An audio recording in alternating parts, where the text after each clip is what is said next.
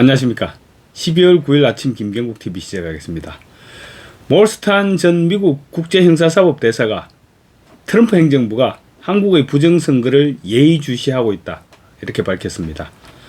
미국에서 2020년 미국 대선 부정선거 문제가 지금 핫토픽으로 지금 급부상됐죠. 그런 가운데 미국 대선에 개입한 중국 플러스 5개국에 한국도 포함됐다는 사실도 몰스탄 대사가 확인했습니다.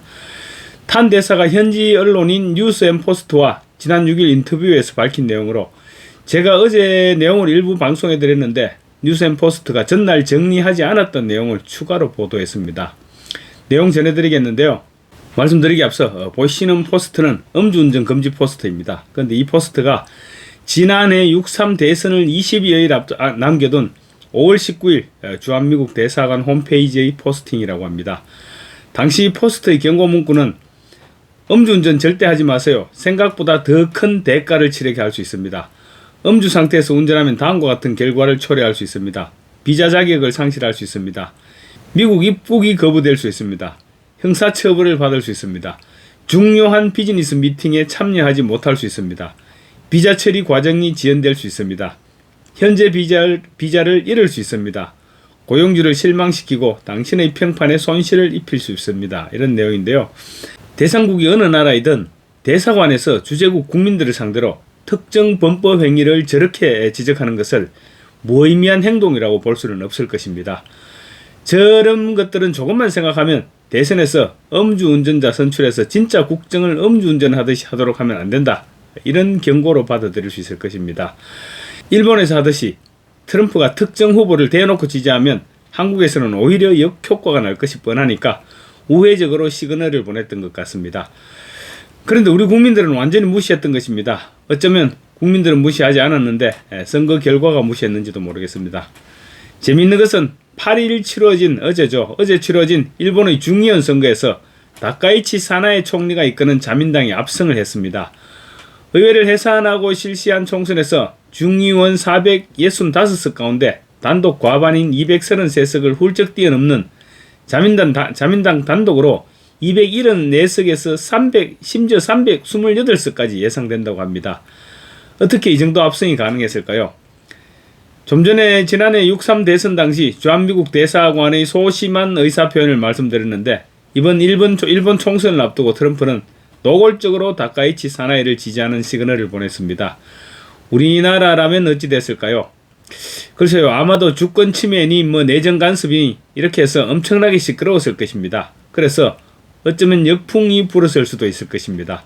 선거 결과 역시 장담할 수 없었을 것입니다. 그런데 일본은 전혀 달랐습니다.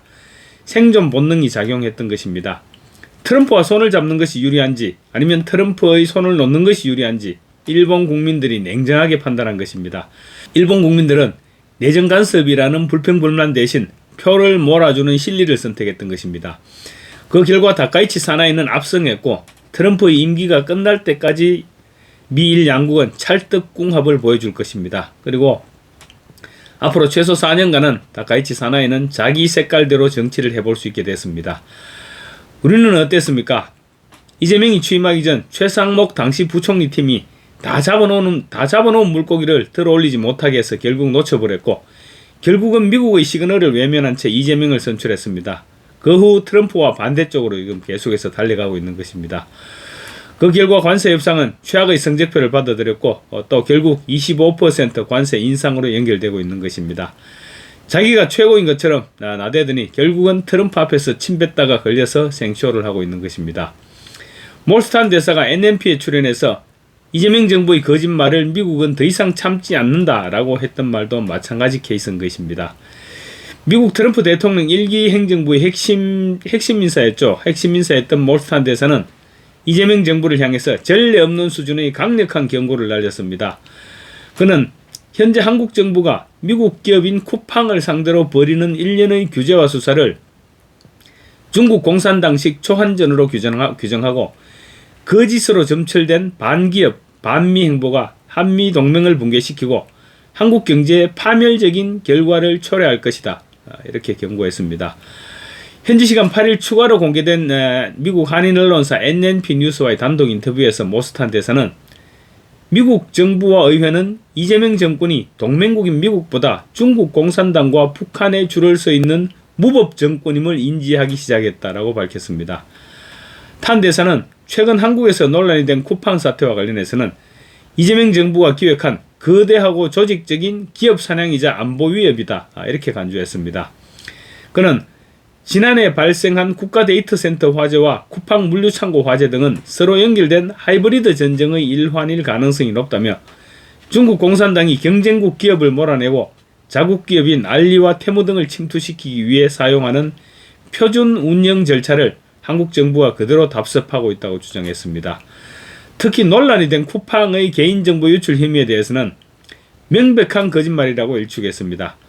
몰스탄 대사는 두 개의 독립적인 데이터 보안 및 사이버 보안 회사인 맨디엔트와 팔로알토 네트워크스 등 글로벌 보안 업체들의 독립조사 결과 유출된 정보는 내부 직원 3천여 명 수준의 비중요 정보였으며 외부 유출 피해는 제로였다라고 팩트를 제시했습니다.